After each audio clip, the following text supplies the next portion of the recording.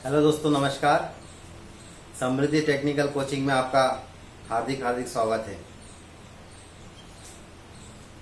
जो NTPC, BHEL, SAIL, railway, loco pilot, technician, NCIL और technical field से नौकरी करना चाहता है, उनके लिए बहुत ज़रूरी है कि टेक्निकल में स्ट्रांग नॉलेज हो।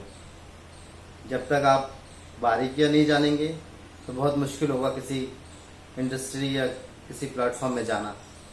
इसलिए मैंने आपके लिए बहुत अच्छा जीरो एक्यूरेसी के साथ क्लास स्टार्ट किया है।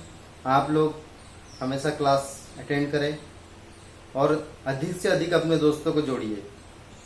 आप चैनल को सब्सक्राइब करिए, शेयर करिए और जितना आपके दोस्त को जोड़ेंगे आपका ही भला होगा। चैनल में आपको हमेशा नोटिफिकेशन मिले, इसलिए आप दाएं साइड दिए गए घंटी अर्थात बेल को क्लिक करिए, बेल आइकॉन को दबाइए ताकि जल्द से जल्द आप तक आवाज़ पहुंचे।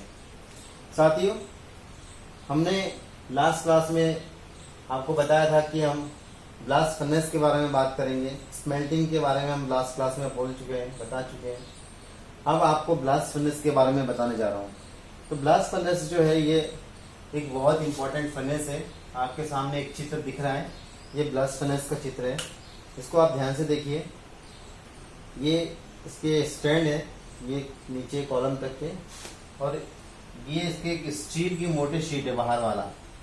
इसके बीच में आपको ये जो मैं बना रहा हूँ, अर्थात ये यहाँ से लेके, ये आप देख रहे हैं यहाँ से लेके, ये पूरा एक रीफैक्टरी मटेरियल है। रीफैक्टरी मटेरियल क्या होता है आपको ये बताऊंगा मैं, ठीक है। उसके बाद मैं आपको ये बताऊंगा कि भारत में सबसे ज्यादा और सबसे अधिक मात्रा में इस फर्नेस का यूज कहाँ किया जाता है। पहले एक बात और सुन लीजिए। ब्लास्ट फर्नेस जो है इससे बनता है पिग आयरन। क्या बनता है? Pig iron. पिग आयरन बनता है। तो जल्दी तैयार हो जाइए फटाफट। आपके लिए 5 क्वेश्चन ये रहा।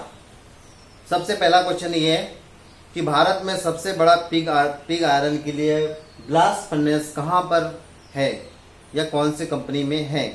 दूसरा, दुनिया के सर्वाधिक लोहा उत्पादक देश कौन सा है। क्वेश्चन फिर से रिपीट करता हूँ। दुनिया का सर्वाधिक लोहा उत्पादन बोले तो ब्लास्ट फर्नेस का यूज करके लोहा उत्पादन करने वाला अग्रिम देश कौन सा है। फायर ब्रिक्स कौन सा पदार्थ है। जैसे मैंने आपको बोला रीफैक्टरी मटेरियल। रीफैक्टरी मतलब होता है जो टेम्परेचर से ना पिघले, उसको बोलते हैं रीफैक्टरी मटेरियल। वह कौन सा है, उसका नाम आपको बताना है। फायर ब्रिक्स में मिश्रण बोले तो उसका जो कॉम्बिनेशन रहता है वो किस किस चीज का कॉम्बिनेशन रहता है वो भी आपको बताना है।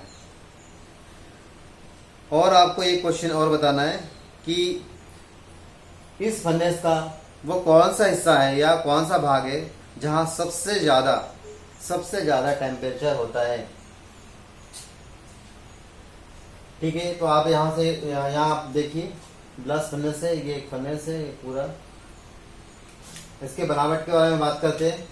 ये इसका एग्जॉस्ट है, गर्म हवा यहाँ से निकल जाता है। कभी स्टीम आपको निकलना है तो ये यहाँ से निकलेगा, यहाँ से डाला जाता है। और डालने के लिए कन्वेयर का यूज होता है। कन्वेयर जानते कैसे होता है?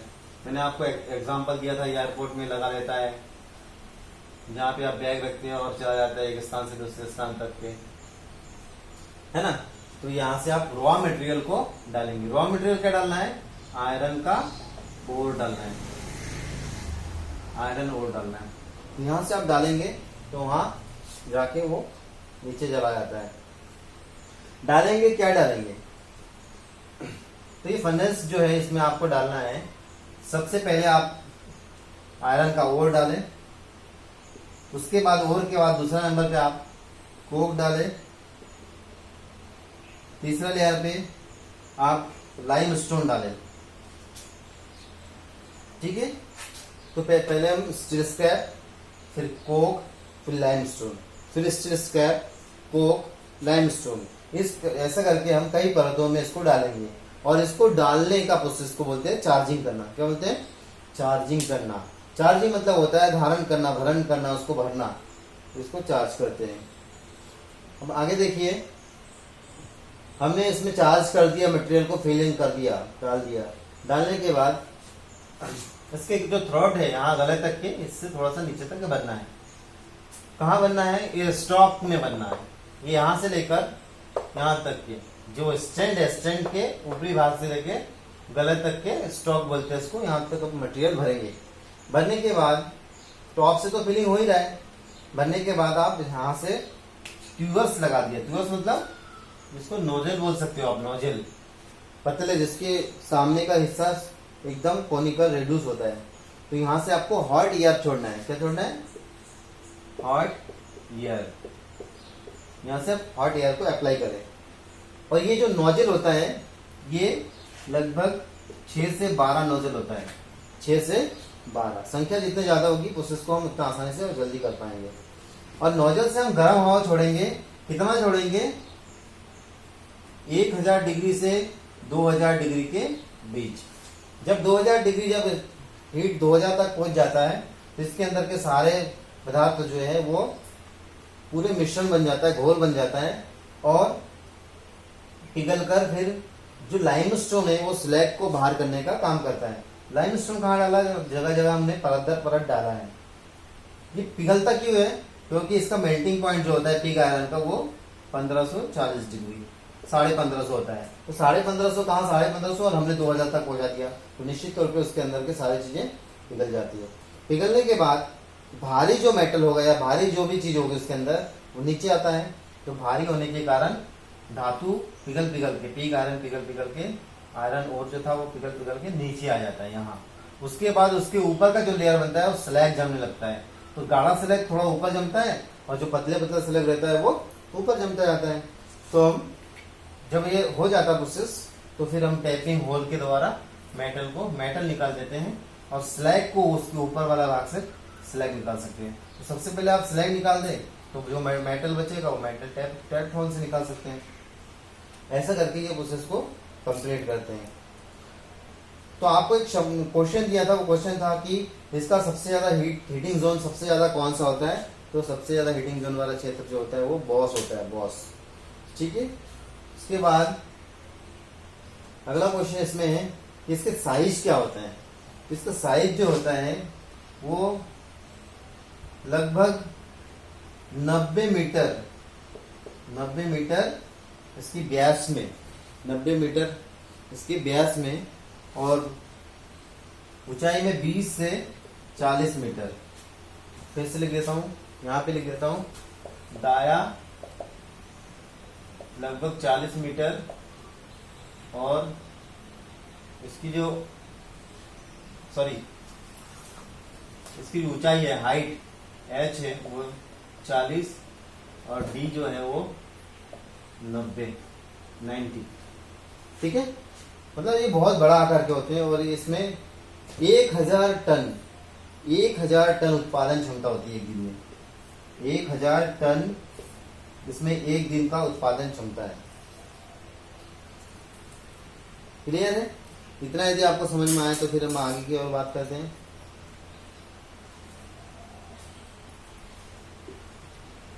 आपको समय दे रहा हूँ, ऑनलाइन क्लासेस से आपको समय दे रहा हूँ, आप थोड़ा सा देखिए क्योंकि आप क्वेश्चन कहाँ करेंगे, कमेंट्स बॉक्स में करिए।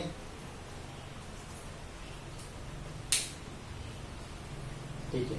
अब हमने देखा कि इसमें जो स्टील के शेल है, स्टील की जो दीवार है, ये बाहर वाला दीवार जो स्टील का है, हमने मान लिया स्टील का है, लेकिन इसके अंदर स्टील कितने में पिघल जाता है? 1500 में। यदि हाई स्पीड स्टील भी डालेंगे आप तो भी वो 2700 में पिघल जाएगा, 2700 डिग्री सेल्सियस में।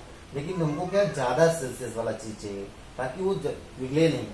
तो हम इसके अंदरूनी भाग में डालेंगे रिफैक्टरी मटेरियल का एक दीवार जो 1/4 से लेकर 1/2, मतलब कि आप ये समझ लीजिए लगभग 1.5 मीटर मोटे, 1.5 मीटर मोटे एक दीवार होते हैं। 1.5 मीटर मोटे एक दीवार है। वो दीवार रिफैक्टरी मटेरियल के रूप में हाफनियम कार्बाइड का यूज करते हैं। Hafnium carbide. हाफनियम कार्बाइड जो है वो 4250 डिग्री टेम्परेचर में जाके उस पर मेल्टिंग चालू होता है। इसके अतिरिक्त हम एल्यूमिना यूज करते हैं, एल्यूमिना और सिलिका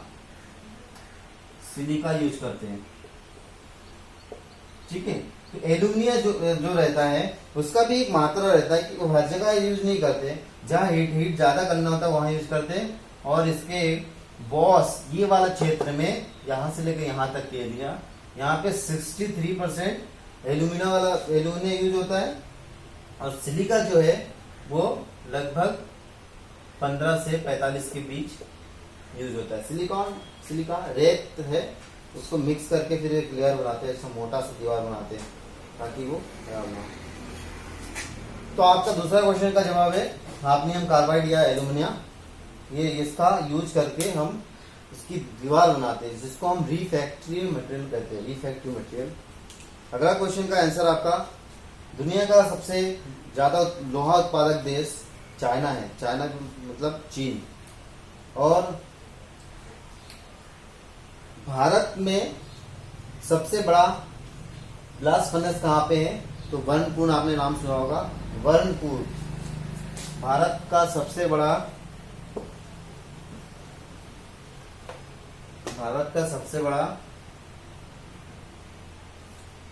ब्लास्ट फर्नेस वर्नपुर, जो कि बर्धमान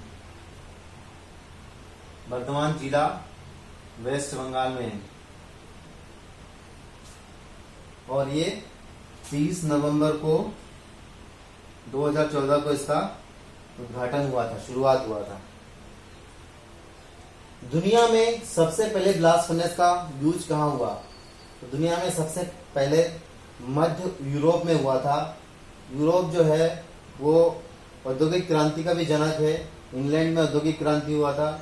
तो 1400 से 15वीं शताब्दी में यूरोप में ब्लास्ट फर्नेस का काम चालू हो गया था और 18वीं शताब्दी में वो पूर्णतः विकसित रूप ले लिया। तो मध्य यूरोप ने इसका सबसे ज्यादा यूज किया और बहुत ही एक क्रांति लाने वाला, जैसे हरित क्रांति, श्वेत क्रांति, ऐसी औद्योगिक क्रांति इंग्लैंड ने शुरू किया था। अब है कि पिग आयरन बनाते क्यों है, इसकी क्या जरूरत है? तो साथियों, पिग आयरन ओर से पिग आयरन इसलिए बनाया जाता है कि पिग आयरन में थोड़ा अशुद्धियां को खत्म करके थोड़ा शुद्ध मिल जाए। हमने स्पेल्टिंग किया था, हमने सेपरेशन में जो चीज पढ़े थे, उसके बाद हम यहाँ लाए उसको और पिघला के थोड़ा सा साफ सुथरा कर दिया। अब इस धातु से, पिग आयरन से हम आगे जो प्रोसेस करेंगे, कास्ट आयरन बनाएंगे। हम कास्ट आयरन बनाने के बाद फिर कास्ट आयरन से हम रॉड आयरन बनाएंगे, कास्ट आयरन से स्टील बनाएंगे, बहुत कुछ बनाएंगे। पर हमारा ये बेस मेटल है, इसलिए हमको ये सब करने की जरूरत पड़ी। पिग आयरन का यूज क्यों नहीं किया जाता डायरेक्ट? पिग आयरन की यूज डायरेक्ट इसलिए नहीं किया जाता क्योंकि पिग आयरन में बहुत ज्यादा मात्रा में अशुद्धियां होती है और इसमें गंधक की मात्रा बहुत ज्यादा पाया जाता है। गंधक में सल्फर ज्यादा होने के कारण इसका प्रयोग डायरेक्ट नहीं किया जा सकता, क्योंकि सल्फर जो है वो लोहे का दुश्मन होता है और वो उसे बहुत जल्दी ही खराब कर देता है। पिग आयरन में कितना % लोहा पाया जाता है? तो आयरन इसमें 93%, कार्बन लगभग 4% और बाकी अदर्स जो है सल्फर, मैग्नीज, फास्फोरस, सिलिकॉन, ये सारे चीज मिला के तो 97-3%, ठीक है ना। इस टाइप से इसका कॉम्बिनेशन बनता है। तो एक प्रकार की बेस मेटल है और इसका प्रयोग हम कास्ट आयरन बनाने के लिए करते हैं।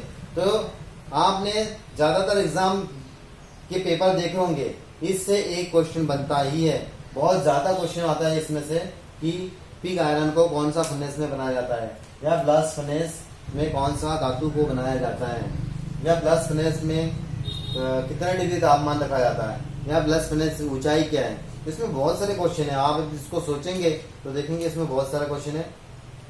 तो आप लोग इसको ध्यान रखिए और इसमें से आप क्वेश्चन बनाने की कोशिश करिए, कितना क्वेश्चन बनता है। और आप लोगों को फिर से एक बार बोलना चाहता हूँ कि आप लोग यदि टेक्निकल फील्ड में जाना चाहते हैं और टेक्निकल से जुड़ा रहना चाहते हैं तो हमारे चैनल को सब्सक्राइब करिए और शेयर करिए। अधिक से अधिक शेयर करेंगे तो आपके चैनल की पॉपुलैरिटी बढ़ेंगे। ये हमारा चैनल नहीं, आपका चैनल है और आप इसको चलाएंगे।